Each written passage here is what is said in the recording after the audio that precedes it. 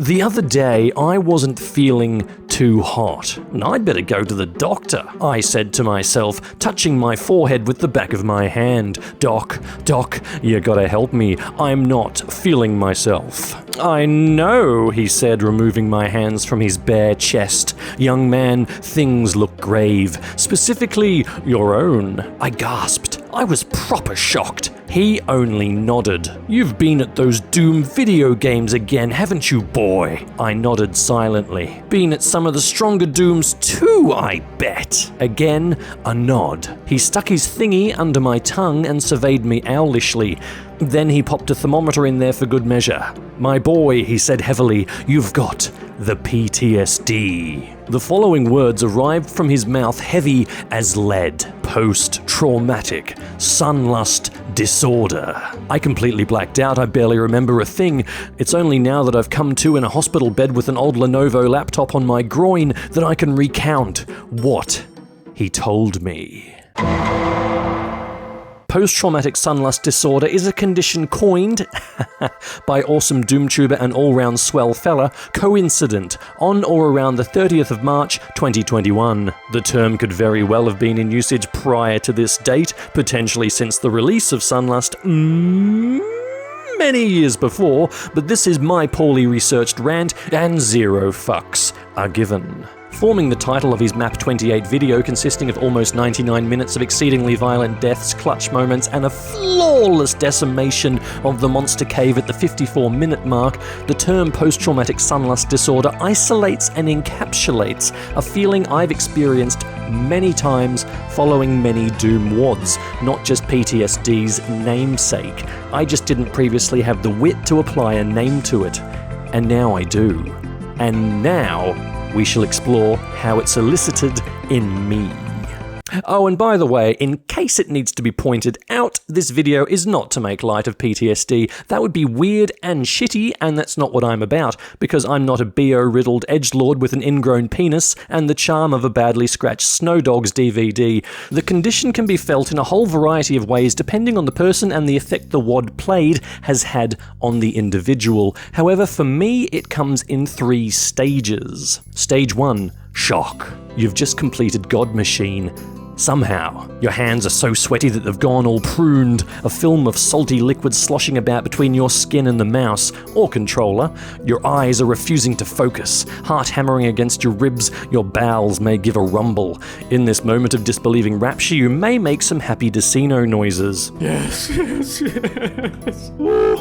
I'm not crying, you're crying. Basically, your mind and body are working hard to catch up to and appreciate the events that have just unfolded on the screen. Horror and ecstasy, feelings of divinity and perdition. This stage is often brief and is quickly eclipsed by stage 2, emptiness. To best describe the hollow feeling of stage 2, for me, I need to recall stepping out of the cinemas in 2003, having watched The Return of the King. So much stuff experienced vicariously through the screen, so many emotions still raw like an exposed nerve. I felt exhausted, drained, and empty. Like Peter Jackson had stuck a straw in me and slurped out my innards. I felt the same stepping out of Inception in 2010. The sensory overload and non-stop mental stimulation and wall of sound left me twisting in the wind like a husk, feeling unreal, doubting my own reality. When I pushed back my computer chair after the credits rolled on Sunlust, I stared at the wall for a long time. Outside, it began to rain a soft, misty drizzle. I just wanted to curl up on the carpet and hide away for a while. It's like some sort of bargain had been struck between myself and the makers of the WOD. They supply me with unbelievable entertainment, and I siphon off part of my soul to them to add to their collection. All things considered, a fair trade.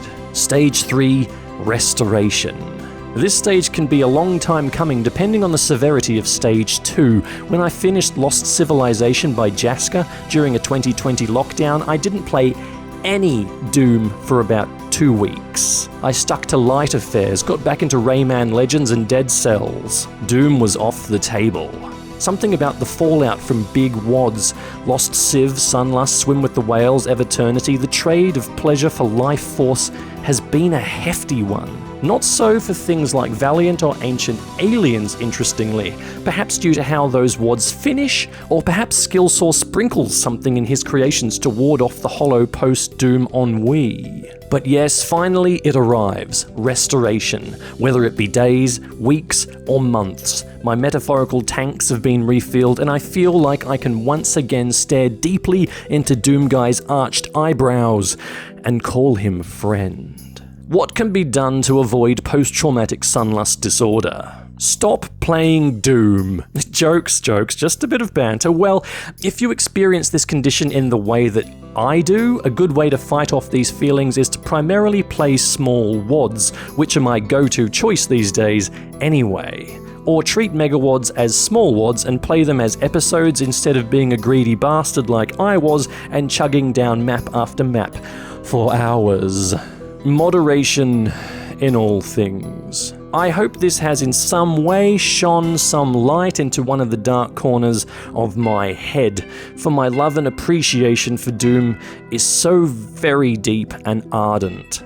Perhaps I love Doom too much, who knows? Have you ever experienced the horrors of post-traumatic sunlust disorder? How did it manifest in you? Please let me know in the comments below. But I must go now. This old Lenovo laptop is really heating up and its fan is screaming like a jet engine with a pineapple caught in it. The doctors are coming back in to give me an episiotomy, whatever that is. Sounds quite nice. Thanks for watching.